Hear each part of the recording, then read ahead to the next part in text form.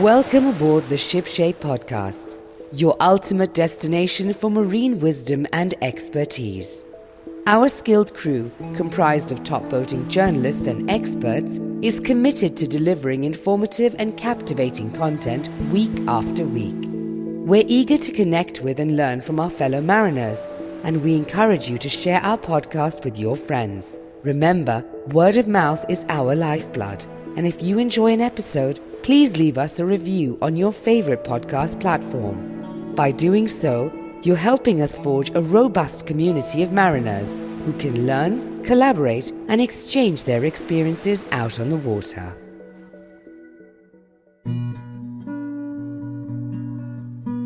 This week on the Shipshape podcast, we are speaking to Margarita Amam, founder of IMS GmbH, which is Interior Management Systems. She's also the brains behind Grit Unlocked, which is the first platform in yachting in Europe, which focuses on a diverse pool of elite talents of thinkers, cultures, genders, and much more. As an expert in hospitality across multiple sectors, with plenty of industry experience under her belt, we are delighted to have Margarita with us today to dive into issues of diversity, equality, inclusion, and representation within the industry. So my name is Georgia Tyndale, and I'm a freelance editor and writer based in Lancaster in the UK.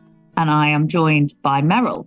Meryl Charette. I'm a liveaboard on a Shang Toshiba 36 in Boston, Massachusetts. So, Margarita, where are you recording this from? Hi, I'm based in Bremen, where I was actually born and educated. It's evening for us here, and it's really great that you guys found the time, being in the US and the UK, to have this conversation. Well, it's quite late where you are right now, and it's nice in the middle of the day for me. Georgia might be kind of late for you, too. So, Margarita, how long have you been in the marine industry? In the marine industry, which for me is yachting and a contract on a cruise ship, it's now since, I think, 2007. 9 years my business, 8 years in yachting, so 17 years. Yeah, 17 years in the marine industry. Before that, I was 10 years in hospitality on land, which included restaurants, hotels, bars, clubs, and not just in Germany, also in New York and other cities of Germany. So was your first foray into yachting actually as yacht crew? Yeah, well, I was running a restaurant close to the shipyards here in up north in Bremen. So where Abe King and Rasmussen and Lursen is, and the project managers and the crew, as per usual, would come, have their lunches, and in the evenings have their cocktails.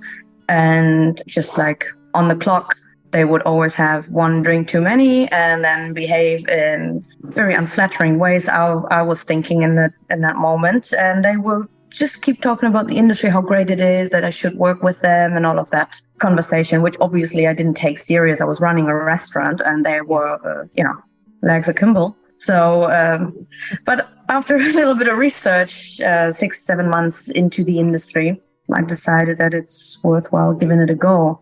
It was a bit of a scary move, but yeah. Yeah, so tell us what that was like, your first experience working as yacht crew.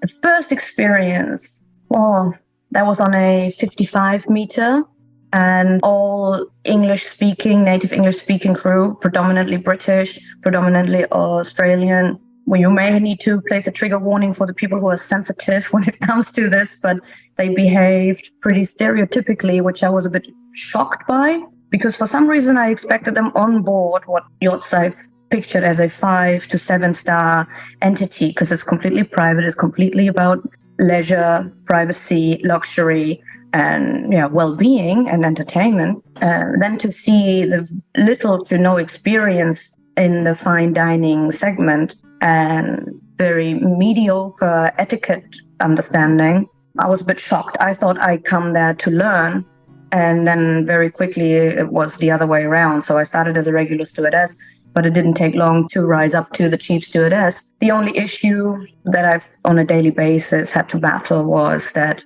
native English speakers do not like to take neither advice nor work orders or appraisal or the other thing from someone who's foreign. So very, very quickly, they isolated me, they mocked me, gossiped behind my back, tried to deliver shoddy work get out of work earlier, come back late in the morning. All of those things that you wouldn't see in a professional workspace on land. That wouldn't fly in the cheapest bar. If you come late to your shift once or twice, the third time you're not going to come anymore into that bar. But somehow on board, there's different rules depending on your passport a bit. And at a later stage, there were even more brutal comments because when they see they can get away with it and the head of departments, the captains and engineers don't do anything or join it, then, it's a closed environment, its own little world. It's obviously not as badass, but people are familiar with the experiment, where people become officers, the other ones becomes the prisoners and all of that. So it becomes its own dynamic, which had its climax moment and then led to, some people leaving the boat, some new people joining, and that kind of rectified that wrong behavior. Some of the comments that fell were like, people like you didn't used to sit with us at the same table. And we were a small crew mess. There wasn't like an officer's mess and a regular mess, So that was my intro to yachting, Yeah, that sounds like a pretty rocky start, actually. And it sounds like you had some pretty stern lessons early on about what it might be like, and yet you decided to stick it out. So what was it that made you decide to keep going, even though, you were coming up against all these obstacles and all these things that you wouldn't have expected in the industry? Well, I'm used to the hard way. So I'm used to the jump and run game of life. I'm Greek Pakistani. We were born not into wealth, so I always had to fight or struggle a bit and do more than others. So I started working when I was 12 years old. So when others are going on the family vacation, I was cleaning dishes, carrying 5-10 liter buckets of tzatziki up the stairs and all of these things. I'm used to having it a bit more harder. And the main reason why I wanted to stick it out and I'm still in this industry is because the owners that I've met were wonderful people. I haven't experienced any racism or sexism or any of these things within them. And that was for me very intriguing. I thought, okay, then it's definitely in the middle, not on the top, because I take pride in my work as a hospitality expert. I see it as my stewardship and my responsibility to always give my best. And where else other than in the most luxurious, unlimited industry can I perform to the highest level where not budget or politics or anything else would simmer it down? So to me, this is the Olympics. I am a freaking gold medalist athlete. Where else should I be other than here? Absolutely. Absolutely. I mean, I've heard this from, many designers. There's so much excitement within design, within yachting, because, it's not a complete carte blanche always, but money doesn't have to be an object, does it? So you can really think creatively and innovatively and, really, really do your best within design and hospitality and whatever sphere you're in within yachting. It's an enabler as well as perhaps being backward in some ways that we'll get into. To me, it's not just the unlimited freedom that I can do what I want, like a designer can just really let his wild horses in the head run. To me, it's also the challenge, to turn an owner around, as in they often come with a very critical first interaction, maybe even to a point where it feels like as they have people so close to them, we grow close to them, which is a very sensitive relationship. You can't overstep. Some people do, even butlers from decades of experience, overstep and become too close to the owner. But you can also not be too far away.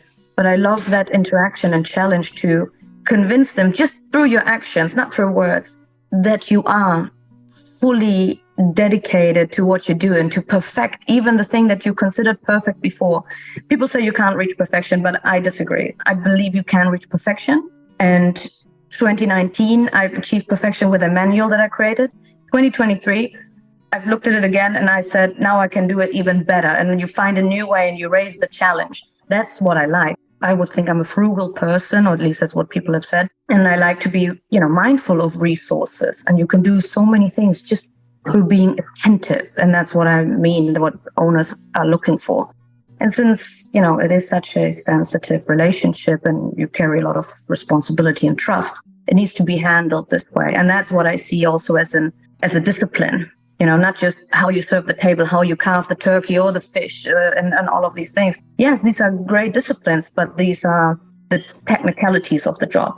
But the way you make the owner and his guest feel, that they start joking around, calling you and the stewardess ninjas because they don't see you, but you deliver and everything is charged and the sunglasses are polished, even though they just came out of the water, jumped into it, and they use sunscreen. So you quickly jump in, polish the glasses, put them back, and they immediately notice the little shifts. And that's why I think it's also maybe even partly hurtful when somebody leaves you who's been in your, not just in your employment, but who's been your assistant or your shadow.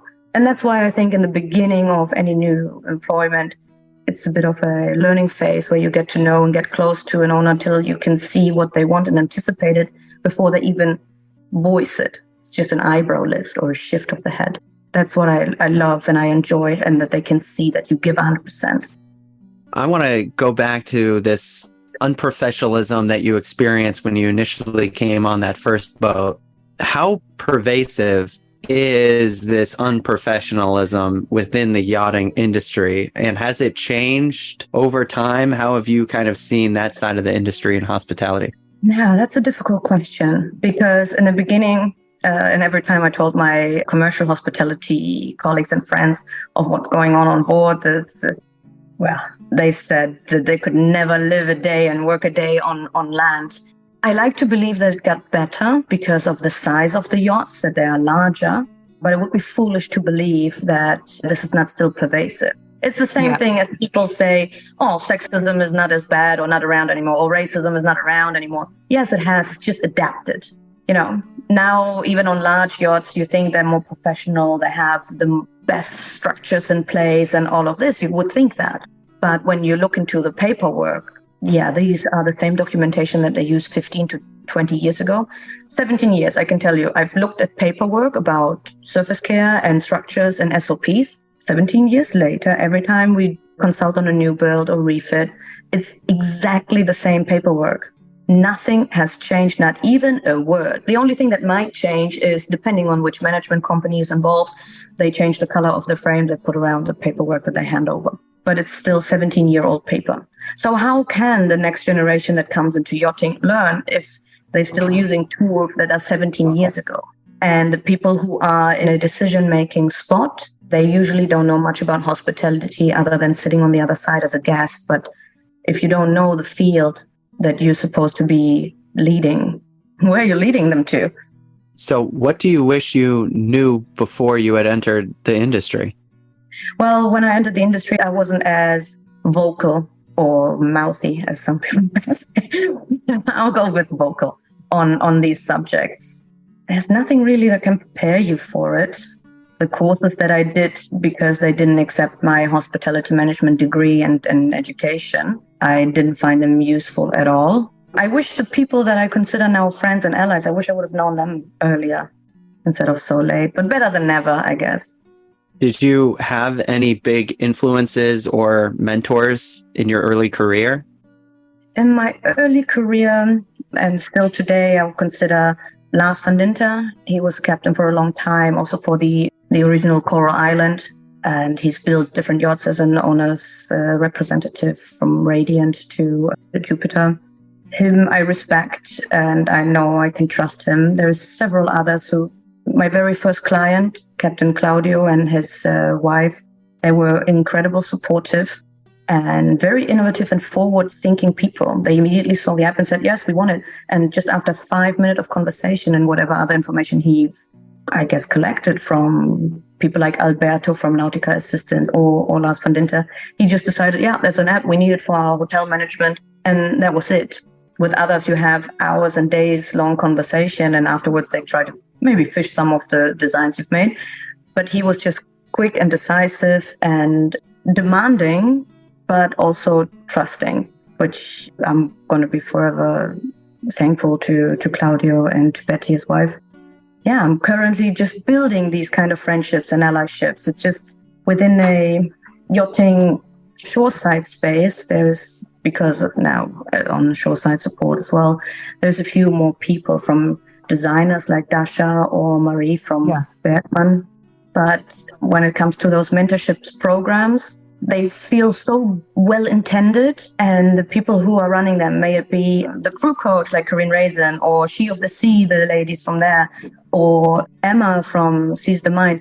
They're so well-intended and so enthusiastic, but they carry a lot on their shoulders. So it seems like either management should be supporting them a bit more, or crew might be a little bit flaky due to the strenuous hours. But it would be wonderful. It would be something more serious about that level of mentorship, because mentorship, especially when I look at the YPY, and I'm just there for 1 year because I'm 39 now, so my time's ticking. But I jumped in late, but it still feels, and it might be a little bit of a too early assessment, but when I look at it in the conversations that I'm holding with the individual chapters of the YPY and the individuals in it, it feels a little bit like the country club of the children, of the big companies, because most of them, I'm sorry to say this, but most of them have not worked on board. That's the first thing. Most of them either come from uni or work in a large company who is paying the fee for it. So there is no strain on them other than let the kids play and get familiar with each other until they work in the big company. So they're all, it's a little bit like a country club. Like, this is where we go and this is where we golf. And none of that feels like, hey, let's tackle a topic and let's do it seriously. That's what I'm missing. Yeah, I mean, we've touched on this before, but in terms of organizations paying lip service to issues of diversity and inclusion, I know this is something you feel very strongly about. How have you kind of experienced that within the industry? Well, it frustrates me. First of all, I love it that the topic has come up. But if we remember back when we all witnessed the murder of George Floyd, how many have you seen in the industry putting up a black square? I just know Clyde & Co. as the only company who has put up a black square. And it doesn't mean that you have to. But if you jump on any other trend, you don't have the decency to do this one. You don't know any person of ethnicity. You haven't benefited from the culture. There's been quite a lot jumping on the Barbie trend, I must say. More doing Barbie than George Floyd, I think, right? Yeah, and the Barbie movie, I haven't watched it. I've seen some people online going on about it, like they did about the Black Mermaid. So I'm kind of amused by it. But that movie doesn't make me want to watch it because it's a lot of pink, a lot of white, a lot of blonde. So that kind of, I'm not the demographic, but since everyone is getting so upset with it, I'm more and more intrigued in watching it, because it reminds me of, Black Ariel, everybody went nuts. Yeah, but when it comes to the efforts of the industry of equality, they start to, how to say it in a nice way.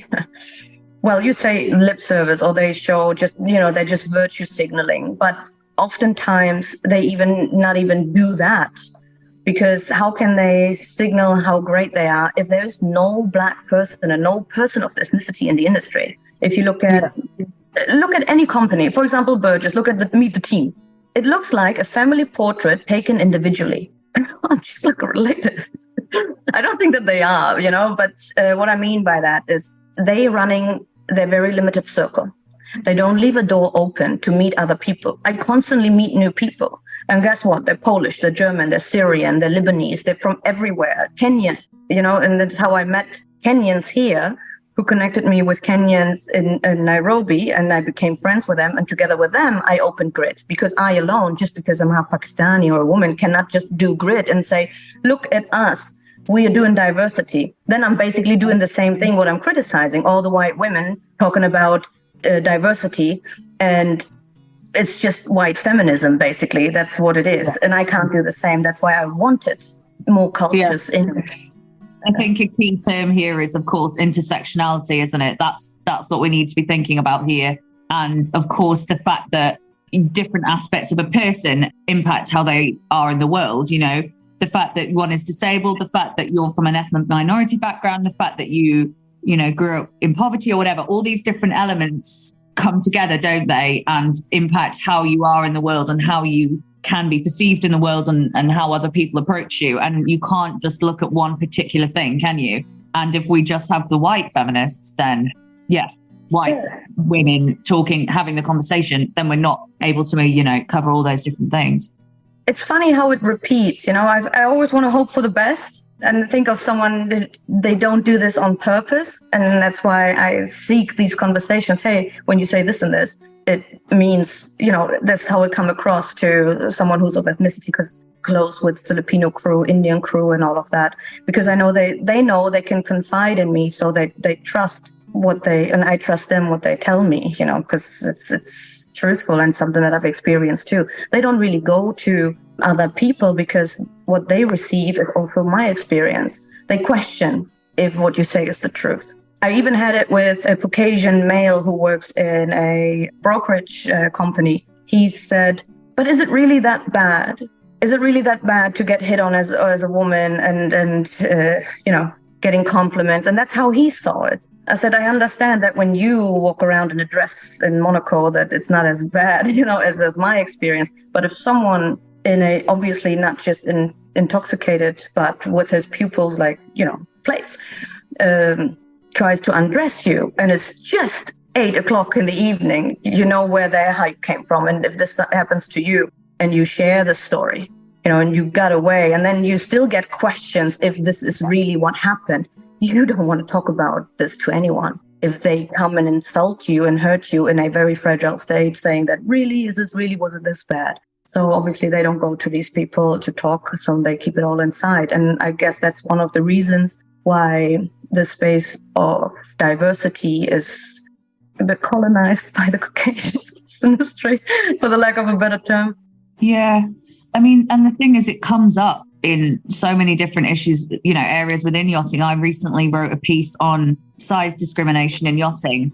And I didn't necessarily expect it to go this way, but it very much went down a sort of racial angle, because if you're discriminating against crew by saying you have to fit into this skirt, you have to be a particular size, a particular shape, you've already got an aesthetic in mind, right? And if you have an aesthetic in mind, that absolutely is going to correspond with race, isn't it? In some ways. And then so you're already discriminating, but you're pretending that you're not, because you can say, oh no, we just need people to be healthy. We just need people to fit into this tiny skirt because they're healthy. But health and fat, it's not the same thing at all.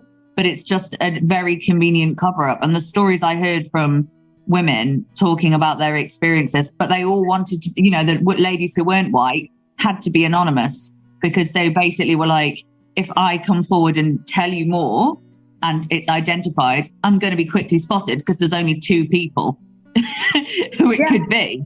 That's the thing. And it's what you were saying about the conversations. It's scary to have them, basically. Yeah, isn't it? Psychologically not safe at all. And the only reason why I voice this now is because I'm more in a safer space now that I'm shoreside, but also I've experienced this level of discrimination seeping into my business, which means oftentimes when there is no other reason, everybody says what a great product you have and how wonderful it is, and it fills the niche and a need that they have. But then they want to walk all over you, try to copy it, take samples of it, go to other companies, say, can you duplicate this or that and the other. Or they even outright say it as in, if you want to work with us, since you're nobody and you have no affiliations, you should be taking a smaller piece of the pie, or I should be grateful. One client, very notorious client, he's known in this industry, they owed me over 100 grand. And he had the audacity just to tell me to my face that you're a nobody, you're very small, be grateful to take the 20,000 that we're offering you. And he even got the captain to bully me into that too, saying like, how can you afford the lawyers and all of that stuff? I don't care if I'm going to do a Walkman Sony thing and it's a Pyrrhus victory, where he loses everything, but he wins. I happily, because I'm hard-headed, I happily go down this road before I give him even my permission to treat me this way. And it looks like, from my perspective, obviously it's not always like this, but how come that other companies that do different or similar things, but not to that level or to the same level as they are successful, they're let in through the door, into the club and do the business, and I don't. And yet everybody compliments it. It doesn't really fit. So I'm still trying to make sense of it. I'm still working on it, but it does feel very selective. If you're not their cousin or whatever, you don't get in. But I'm still here because there's still captains who are, open-minded, and they're getting also more and more vocal. People are more open to venturing out of the big company names. I think you can see that also in the regular and the commercial world, that people don't necessarily go with the big brands like Veleda all the time, because the marketing is such a huge machinery, or with makeup the same. So people now look at more sustainable, small boutique companies, who fill a niche and come from a more, I would say, a more honest place. And that's why trust can actually be rebuilt. And I think I see the same in yachting, that the trust to the large corporations they're losing it. And quick fixes and toxic positive news, as in send us your nicest sunset picture, is not going to fix the issues that we're having in this industry. Ahoy, investors! Are you on the lookout for a unique opportunity to invest in a thriving industry? Set your sights on ShipShape, the innovative platform connecting boat and yacht owners with top-notch marine service providers. Our team is committed to revolutionizing the marine repair and refit market in North America. But we can't sail these seas alone. With your support, we can enhance our platform and create a significant impact in the industry. Don't let this exciting investment opportunity drift away. Contact us today to learn more about joining our voyage. Reach out to us at info@shipshape.pro. So, the yachting industry, which is primarily and traditionally been dominated by white men, can you give us one systematic barrier that you've seen that you're just like, what the hell? I think you can see a barrier like this, any of those levels, entry levels. I know from a Black South African stewardess, and the same had happened to me. When you hand in your CVs, some of the recruitment companies come up with reasons why you're not suitable. This is now the pandemic, don't bother. Or they're looking for European crew, which is code for, don't give me Russians, don't give me Ukrainians, don't give me blacks, don't give me browns, Except for Filipinos, of course, they're never included in this because they're not just so hard, dedicated worker, but they're so ingrained in the maritime industry. Cannot do any of the sectors, I think, in maritime without them. But yeah, I see it within the recruitment segment, not with all recruitment companies, but with some I've had that feedback and experience. And same when it comes to trying to get an appointment with maybe some of the very hotshot designers or with the upper management level of management companies. Very hard to get an appointment. I recently was lucky after 9 years running this business to have a meeting with Peter Lursen, who was very receptive and positive towards my products. But it did take me 9 years to meet him and for him to know who is this girl just down the river doing something in the yachting space. So yeah, I think there is definitely a barrier there. And it's also a barrier that money seems to be closing that door for many, because it is expensive. Not necessarily the YPY membership, but it is expensive to come to Monaco. It is expensive to travel to London and meet with companies. It's expensive to come to those restaurants and bars and try to intercept or interact or meet them on these spaces. It's easier for the people who already live there or who already work in those companies, because the companies then carrying the traveling costs and so on.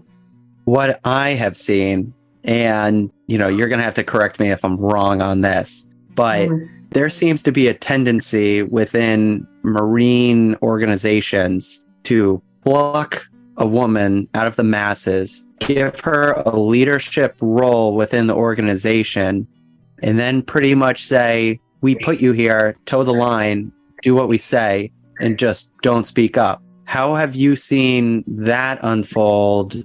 Recently, I had a conversation with someone and he said, but racism is kind of dying down because the old generation is leaving the industry, they're retiring and all of that. And I said, well, it's funny that you say this because I see something else. And that's exactly what you say. They pick someone that fits their ideology and they place them in a position where they want them. So it's, even though they might retire, they still have control. May it be in the culture that they want to run the company in or, whatever it is. And sometimes it happens to the innocent ones who think, yes, great, I have an opportunity to make a difference. And then they get muzzled. I see that as well, because they're not given the space. And since yachting is nowhere near a psychological space to voice anything of this, that we're having this conversation is incredible. But yet news outlets still want it more palatable. So it doesn't matter how light I am, how much blonde, even though I can pass as European, The second I open my mouth and you hear my, I would say, very middle balanced views on things, they would consider me as radical. And there was even a moment at the last year's SuperYacht Forum. The YPY was on stage. The young professionals of yachting, most of them were the Dutch chapter, I think, but also some of the British chapter. In any case, it was a lot of Caucasian and I think some Asian or Chinese young gentlemen. They all studied and then joined yachting. I think one of them worked on board for a season. And I know for a fact, because I had a previous conversation with them, that they had different topics on their agenda to voice. So let's bear in mind, these are young people who maybe have 3 to 5 years in this industry, so very young. But it's beautiful to see that they have this idealistic view of, we want to bring in innovations, we want to bring in different people. They mentioned people from the university, which can be good, but to exclusively have only one kind and not ex-crew, because we're bleeding a lot of talent from crew leaving as well, not just the people who are not coming in, but the ones that are leaving are leaving. So now you end up with lots of people who have no hands-on experience on a yacht. Anyways, I thought it was great that they missed the mark a little bit on the diversity topic on that, but they did want to bring in different mindsets and technologies and innovations. They didn't specify, but that's what they said. And the audience was asked as well to participate and ask questions. So I was waiting 5, 6 questions in because I was hoping someone would say, what about diversity? Getting people from really different cultural backgrounds, socioeconomic backgrounds, but nobody asked, even though the topic came up in other talks before. Maybe once a day it came up. Then nobody asked, so I don't want to, but I see it as my duty. I have to make this point because otherwise I'm as guilty as anyone else, if I don't say it. So I stood up, I got the microphone, I said, I understand that you guys run different circles. Wherever you go to school, these are your fellow students. Wherever you live, they look like you. Wherever you spend your time or the times that you go to the gym, you meet, they're always the same type of people or demographic.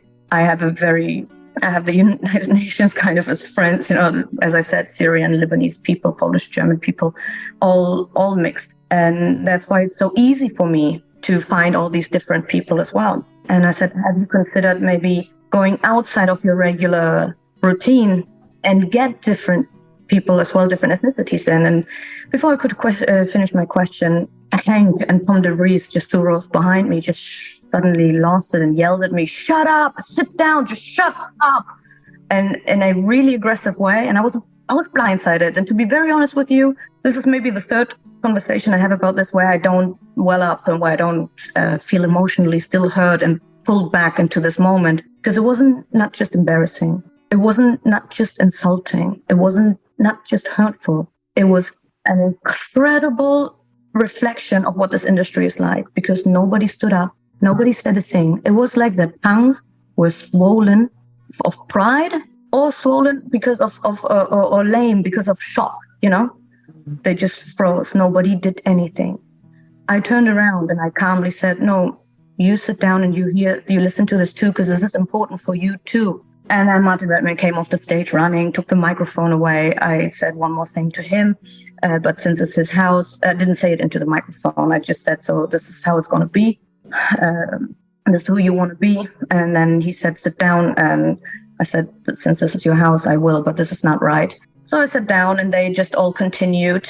I think Ken made a point of diversity is an important topic and put it also on the whiteboard. And then 2 or 3 other people also afterwards mentioned it. But since then, nobody is making a point to address this. They all want to pretend it never happened. I know for a fact a survey came out afterwards and people have mentioned that incident in that survey because they disliked what happened. So I'm still trying to reach out to him to have this conversation, because when I tried after the whole forum, he blew me off. 3 times I tried to approach him. I said very calmly, look, what happened was really hurtful. I understand you're very busy, but can we please have a conversation? Maybe not now, but next week about this, because I want to understand how can I express this differently, because I'm not a public speaker. I'm not trained in this. I've majored in German and English. That doesn't make me, a public speaker. But he was just absolutely not having it. And he finished my attempts to have a calm conversation, because I said to him, how can I express this better? What has triggered you so hard and how can I do it better? And he just flexed his teeth at me and went, I don't want to see you. I don't want to hear you. And I just, you're not allowed to talk. And that was a real window into how his mind and his heart works. And since he selected several people in his mind that he finds acceptable, the sweet people of the white bride, to hear the sweet things that they're saying, means that the generation that is leaving is already placing people who are like them into their spots. So nothing is really changing. Racism is alive and well and kicking our butts in this industry because we think with something like She of the Sea, which is the only one that has diversity in the title, albeit they have, as they said themselves, they have Caucasian people and mainly from the LGBTQIA community and focusing on, women on deck. There's barely any hospitality people in there, barely any Filipinos, because they have also trouble reaching them. But they still take that as we're doing great, even though they're not getting much of support. And they're covering basically the Caucasian side of diversity and LGBTQIA. And you see it also in yachting. When the topic of, pride comes up, everybody jumps on it. Where were they at Black History Month or something else? There was nothing to be seen. But that they happily champion. And I'm obviously critical of that. So the thing is, with these conversations, you've said you feel you have a duty to speak up. That is taking on so much of that labor, isn't it? It's that book, isn't it? Why I'm no longer speaking to white people about race. There's a lot of people who just are like, this is effort. This is so much having to come from my side. And even when you're talking about your experiences after the forum, you're the one reaching out. You're the one making the effort. It's a lot of effort and a lot of energy from your side, isn't it? That must get... Well, I'm not married, so I got the energy, I guess. I just have a dog. I run with my dog. I work. I read. Take care of my family. That's basically it. So I got the space and the headspace for it, and I happily carry this because we can all not carry the same weight, but I do expect people to be elastic enough, young enough in their mind. So I don't want to put the ball too much in your court, but if I was to put the ball in your court, as it were, what should we be doing as an industry? How do we reach those groups that aren't being reached, and what can we be actually doing on a sort of pragmatic level that's more than lip service in your view? What would you like people to be doing differently? Oh, I think that's an easy one. Just kidding. No. I think it could start with an easy step. Hire more diverse people. And if you don't know anyone, you can just ask some halflings like I am, see if they can connect them or hook them up with different people and different mindsets. And I think that would be also opening the door to more talents because we've bleeding talents and we're missing completely the mark of talents. Just by the example of how I got into the industry, and even though any normal person would have left and not taking all the insults and assaults, if the great people leave and work in a more professional space, what are we left with? And this is supposed to be the Olympics of hospitality or the pinnacle of luxury. But we're not sending them into the lion's den then, are we? We're not sending them into a space where they won't be respected though. Well, it wouldn't hurt when people would take training more serious. And I'm very critical of education because in the yacht space, we've often seen that they're overcharged for a very McDonald's mentality. Just drive through, get that cheap hit, and then you leave, and all the nutrition is, there's barely any. And obviously you can't build on this kind of flimsy foundation. So I think there's certain trainings, like the crew coach that does leadership, or Emma from Seize the Mind, who also does mental health space. And they come from an educated background. This to me is the most important. If this is not your wheelhouse, then you should be participating as a student and not as a teacher. And I think, with Grit, we've built a course, which predominantly Lily, my colleague and friend, she built this one. She's in Nairobi. And that one is basically, it's tailored to yachting for them to understand what our bias is, how to counterweigh your own biases, and how to employ more diverse, and also how to create a space at work where everyone's thinking changes. Because most people still think of diversity as a type of charity, but this is not true. Caucasians or white people will benefit hugely from including cultures and not just cherry pick what they want. we've seen it now in yachting as well. Lots of big companies are using hip hop music and all of that for their reels. And I go, oh, look at you. You enjoy the music, but you don't want the people, you know, even though there's so many beautiful hostesses and assistants and designers and anyone in these spaces, they just don't see them in that role. But I think it's possible. Hire more diverse people, give them an opportunity to maybe do an apprenticeship and see how you can do courses and educate, because they're happy to invest into all sorts, but not when it comes to that space. Absolutely. You can get, I mean, I've done some work with some course providers in my freelancing. And so I've written all about cigar training, you know, flower arranging and all these other things that people will pay money for. But, you know, everyone doing a course on how to be less biased in the workplace, much less popular and much more useful. Yeah, because the biases include everything, because not everyone, just because you're white doesn't mean you're also wealthy and you're going to, inherit this house from your dad or whatever it is, you know. There's a lot of differentiations within that. There's also the ethnic white, you know, which is not the good white, to paraphrase it, you know. They also have difficulties. And I think if we can see each other's pain and acknowledge it, that we can be more honest with each other, because it's not a personal critique to anyone who is white. It's just my general understanding and how the world is receiving me.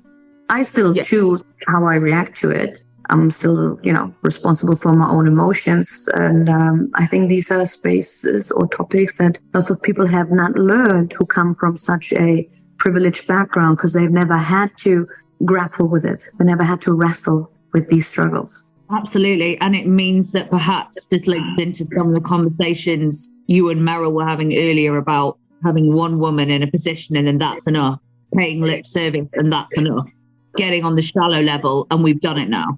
We've ticked that box. We've had to go. We're not particularly comfortable with it because it's not really our area, but we've tried.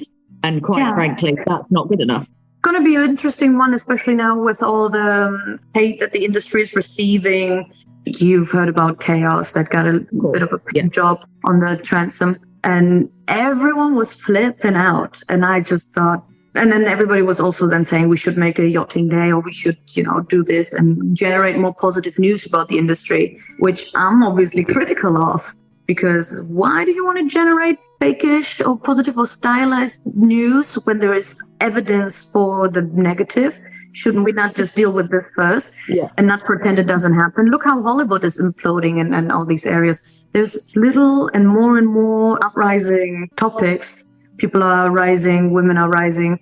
And I think this is going to come to a point of where it's going to turn the other way around. And I think I don't know if you've heard the people who've done it, Futuro Vegetal, there's a lawyer and a doctor involved. So they're not just street bums or hippies, which obviously people stereotypically want to put them there, And also lots of people don't want to be very rich or super wealthy. They just want an understanding of fairness and an opportunity or care. And I think they misinterpreting or misunderstanding the people who do such activism. If it's right or wrong, it doesn't matter at this point. What I see is a group of young people who seem very desperate to be heard and anxious. You don't do something like this out of boredom, because for that you have the keyboard warriors, who go on social media and say whatever, but never come out of their house. Yes. But they stood there. And then that was actually one of the few times where I was ashamed to be in yachting,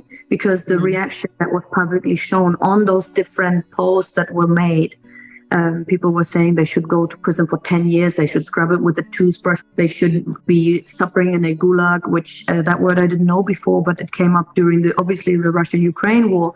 And I thought it was incredibly tasteless and then absolutely horrific for someone to say this. He obviously didn't get whipped as a kid, otherwise he wouldn't be so happy to jump to violence like that. But nobody showed much of an understanding, which I thought was also a bit embarrassing because it's such a public forum. I think what we're identifying is the spotlight is on yachting now. We can't hide anymore. We're not a shady little industry. Obviously, there's NDAs and all sorts of stuff. That's always going to be the case. But Below Deck's done a lot. People are more interested in yachting now than they ever have been. And how you decide to engage with that conversation is your choice, right? You can say, oh, shut them up in a gulag and do this and this and this, and they don't understand it. And you can get defensive. But in my experience, that doesn't get you anywhere. And it's the same with trying to shut you down at a forum. Responding through anger doesn't get you anywhere. You have to try and empathize and understand what led to that particular thing happening. And then you can have an open conversation. Pretending that these conversations aren't happening and that the industry is perfect, that's not going to get us anywhere. I agree 100%. And it's difficult conversations, but difficult conversations are worthwhile having, just like with most things. Yeah, I mean, one thing I just want to touch on before we wrap up is you've mentioned about mental health. And I think there's a lot more awareness now of the need to safeguard mental health and look after people on board, because it can be a very high stress environment. But you've spotlighted before, Margarita, that there are specific things that minority groups and non-white people experience in terms of mental health that aren't acknowledged by the industry. So I just wanted to hear your perspective on that a little bit. Yeah, I've noticed that mental health was then a very trendy topic. Some do this, some of the companies try to address it because it is a bit of a trend, and they feel that if they do this superficially, it will fly well with the crew. There's a couple of people in this industry who have really dedicated their time and their resources to provide excellent training on mental health for crew. And I've spoken with them as well, which is mainly Corinne and Emma. And they are very open to include also the ethnic perspective. And we are in conversations of it because they've noticed it as well, that Caucasian people take their services and they're supported by that, but they don't have many ethnic crew joining their courses. And that's not necessarily a financial thing, but it is really a matter of we do not feel seen or heard. And if we voice our thoughts, we get criticized, questioned, or bullied, which shuts it right down. And it's very hard for someone, I think it's possible for someone who is not of ethnicity to understand someone of ethnicity, but it does require also a training of the trainers that they understand what would trigger someone like us. Like, for example, this has really happened this way, or this is not my experience. Well, no shit, it isn't your experience, but guess what? It still happens. So it takes a bit of putting some elasticity into people's minds and allowing also more. If you say crew, that it has to be all crew, it cannot just be a certain kind. And it's the same with if you want to highlight LGBTQ and you are for equality, that means every form of equality, not just the one of women, not just the ones of different sexual orientations. It also means the equality of ethnicities. And if it's not equality across the board, then you're basically just fighting for privilege, and that's not okay. And it's okay to admit to this. For example, 2 years ago, I said, I judge you on your behavior and I judge you on the things that you say. Now, I don't think like this anymore. It's okay to have a different opinion a few years ago, and you updating your belief system or your knowledge, or through knowledge, to then have a different opinion now. I think it's possible. We can admit to it. No one's perfect. So as we kind of start coming to our conclusion here, how do you kind of envision the industry headed over the next 5-10 years? If I, in a positive mindset or in a positive frame, I envision the industry to be very colorful, different shades of the skin tones, different sizes of people, different, even the outfits. When you look into any boat show, everyone is blue and white. I want to see, show me the Caribbean, and not just on the stands that they're representing, but, show really how innovative, how creative, how you express yourself throughout everything. And I don't think that necessarily means to have only young people, but I think it would be wonderful to see more diversity across age, ethnicity, and gender across the different boards, not just in the blue collar segment. That would be my wish. And my app on every yacht, of course. Of course. So, throughout this, you've had ups and downs, challenges, and you're still around. So what has been your secret sauce? I don't know. They say that I'm tenacious. Either tenacious or annoying, whichever way. It depends on which perspective you're looking at it. I think that's also the reason why I call the company Grit, because grit means more than resilience. It's more than that. It's more than being tenacious. It's being passionate and overcoming obstacles no matter what size. That's what grit means. And I think that is my superpower. And I'm taking a page out of the Caucasian woman's playbook, which, just as a jokey way, how they say I send thoughts to the universe and the universe will provide and all of the spiritual things. Yeah. Yeah. Which obviously I'm 39, and I was raised by my grandparents, so I have a bit of an old school attitude when it comes to those things. But I do want to learn from any side, so I just stopped being so overly humble, because I would have, 2 years ago, I would have never said, I've created a 7-star plus app. I was the first woman and the first person of ethnicity to have done so, I would have not be my own hype man like this. But since I see them doing it, I thought maybe I should do this too, instead of falling for false humility and just say, yeah, this is what I've achieved. Just like an athlete would say, yes, I've achieved a gold medal here or a marathon there. So I'm taking this as a lesson and trying to be my own hype man. Awesome. Well, Margarita, tell us where people can find you, read more about you, hear what you're working on. On a personal space, you find me here in Bremen, running by the riverside, or in the office. And professionally, you find me mostly on Instagram and on LinkedIn, where I usually post updated information, maybe interviews or new features of the app. But that's where you can find me. You can reach me on Instagram, LinkedIn. Awesome. Well, it was a great conversation. Thanks for having me. It's every time it's very exciting. One of these days, I need to do a course in public speaking to do a better job. You are exceptional. Check back every Tuesday for our latest episode, and be sure to like, share, and subscribe to shipshape.pro.